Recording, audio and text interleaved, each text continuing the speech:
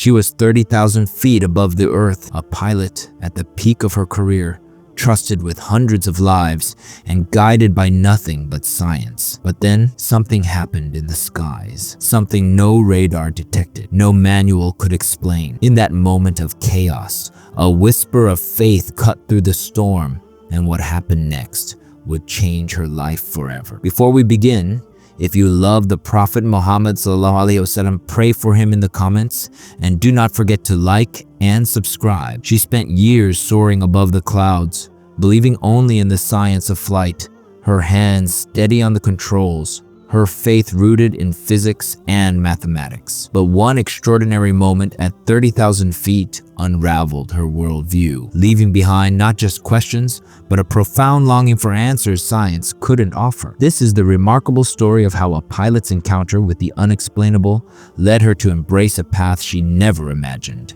Islam. Emma Reynolds was born and raised in Boston, a city of innovation, ambition, and intellect. From a young age, she displayed an unusual fascination with the sky. While other children played with dolls or watched cartoons, Emma would spend hours crafting intricate paper airplanes and sketching designs for imaginary aircraft. Her father, a university physics professor, recognized her passion early on and nurtured it with enthusiasm. "The sky has no limits, just like your mind," he would often say, words that echoed in her heart every time she looked up. Encouraged by his belief in her, Emma pursued her dream relentlessly. She enrolled in aerospace engineering at MIT, a challenging program even for the most gifted minds, all while undergoing flight training in parallel. It was grueling. Early mornings, sleepless nights, and constant pressure, but she never faltered. By the time she was 28, Emma had become one of the youngest female pilots ever hired by Transglobal Airways. Her rise was meteoric. Within just 5 years, she earned the prestigious title of captain, commanding commercial aircraft on long-haul flights across continents. She flew over snow-capped mountains, deep blue oceans, and the deserts of the Middle East. Her name was mentioned in aviation circles with admiration, and her face had graced the cover of more than one aviation magazine. On paper, she had it all: success, prestige, financial freedom, and the respect of her peers. But behind the polished uniform and confident smile was a woman quietly wrestling with a question she couldn't shake. Why, with everything I've achieved, do I still feel so empty? The thrill of flying had dimmed. The applause of others no longer filled her with pride. Nights alone in hotel rooms far from home left her feeling more isolated than ever. Raised in a secular household, Emma had never given faith much thought. Her mother occasionally mentioned their Lebanese Christian ancestry, but religion was never a serious presence. Emma preferred science: measurable, predictable, rational. Faith, to her, had always seemed like a crutch, something people turned to when reason failed. That belief, however, began to waver on a seemingly ordinary flight from Chicago to Dubai. Her usual co-pilot had called in sick, and in his place was a man named Omar, a reserved, courteous pilot with years of experience. During their pre-flight checks, Emma noticed him pause, close his eyes, and whisper quietly. "A prayer?" she asked, half curious, half amused. "Yes," he replied gently. "I asked Allah to guide our journey and keep everyone aboard safe." Emma nodded politely but dismissed it as personal ritual. Midway across the Atlantic, however, the aircraft entered a violent storm that hadn't appeared on any forecast. Lightning tore across the sky, illuminating dark clouds that seemed to come from nowhere. The plane shook violently, and Emma struggled to keep control. Several instruments went offline. Warning alarms blared. In her long and decorated career, she had never faced such chaos in the sky. For the first time, fear gripped her. Not just concern, but real, primal fear. As she frantically worked through contingency protocols, Omar remained calm. "Captain," he said quietly, "may I pray?" Desperate and disoriented, Emma nodded. Omar began reciting verses in Arabic, his voice steady and unshaken, cutting through the storm with rhythmic beauty. And then the unthinkable happened. The turbulence stopped. Not gradually, not subtly, but instantly, as if a giant hand had calmed the skies. The violent winds gave way to serenity. The malfunctioning instruments began to reboot. Emma stared at the controls, dumbfounded. "That's impossible," she whispered.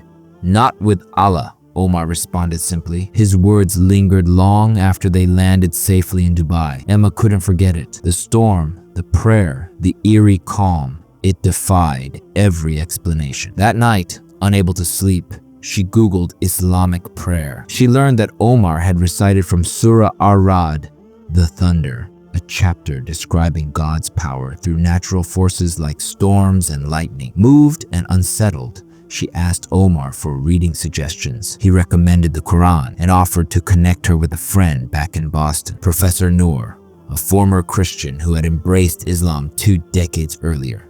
Back home, Emma dove into the Quran with cautious curiosity, but the more she read, the more she felt something stir within her. The verses spoke of the universe with awe and precision. Concepts like the expansion of the heavens, the development of the embryo, and celestial orbits. These weren't just poetic. They were astonishingly aligned with modern science. Her meetings with Professor Noor deepened her exploration. Noor never pressured her. Instead, she patiently answered questions, drawing parallels between Islamic theology and Emma's love for logic and structure. Islam doesn't ask you to abandon reason, Noor explained.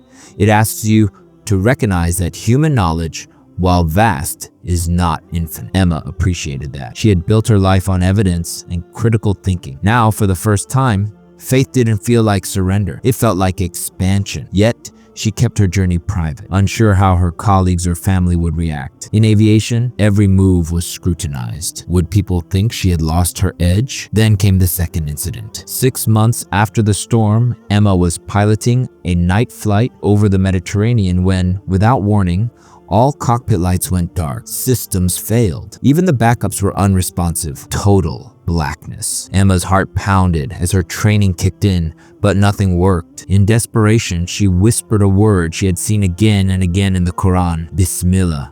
In the name of God. A soft, sourceless light suddenly illuminated the cockpit, just enough to reveal the instruments. Emma regained partial control, and systems slowly returned. Her co-pilot was speechless. The incident was investigated, but no technical cause was ever found. The black box showed the failure, but no record of any light. During a layover in Saudi Arabia, Emma visited Mecca and performed Umrah. Standing before the Kaaba, surrounded by thousands, she felt a unity she had never known. Tears fell freely.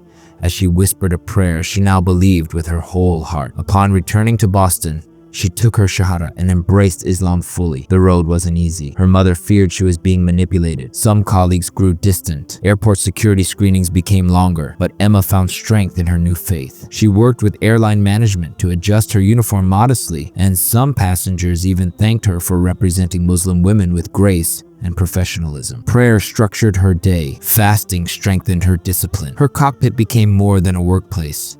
It became a sanctuary. She prayed quietly before takeoff, thanking Allah for the responsibility of each life on board. Her first officer once asked during a turbulent descent, "How are you so calm?"